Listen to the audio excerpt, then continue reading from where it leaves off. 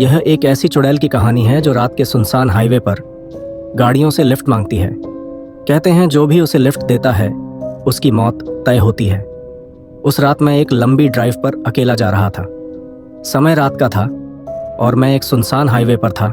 चारों तरफ अंधेरा था, ना कोई गाड़ी ना कोई आदमी, बस मैं, मेरी कार और रास्ते के दोनों ओर घने पेड़। हवा में एक अजीब सा सन्नाटा था।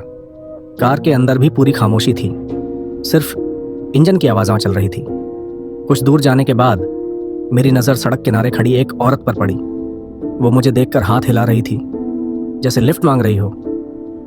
अजीब बात यह थी कि उसका चेहरा साफ दिखाई नहीं दे रहा था, लेकिन उसकी मौजूदगी ने मेरे मन में अजीब सी बेचैनी भर दी। पता नहीं क्यों, पर मैंने गाड़ी रोक दी। वो औरत धीरे धीरे मेरी तरफ बढ़ने लगी।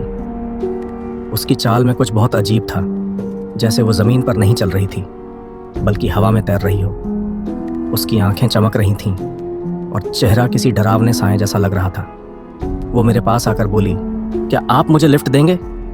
उसकी आवाज़ सुनकर मेरे रोंगटे खड़े हो गए। बहुत ठंडी और डरावनी आवाज़ थी।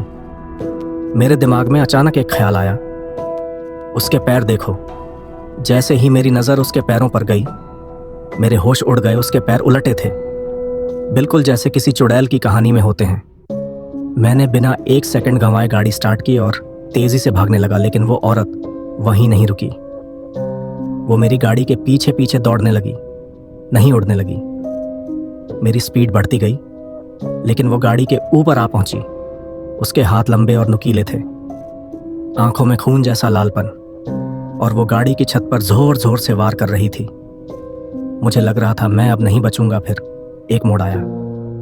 जैसे तैसे मैंने गाड़ी मोड़ी और आगे बढ़ा। कुछ देर बाद वो औरत दिखना बंद हो गई। मैंने राहत की सांस ली, लेकिन तभी वो फिर सामने खड़ी थी। अब तो जैसे जान ही निकल गई हो। लेकिन तभी दूर एक रोशनी दिखाई दी, शायद कोई गांव या ढाबा। मैंने बिना देखे उस ओर गाड़ी दौड़ा दी। जैसे ही मैं रोशनी में पहुंचा, वो औरत गायब हो गई।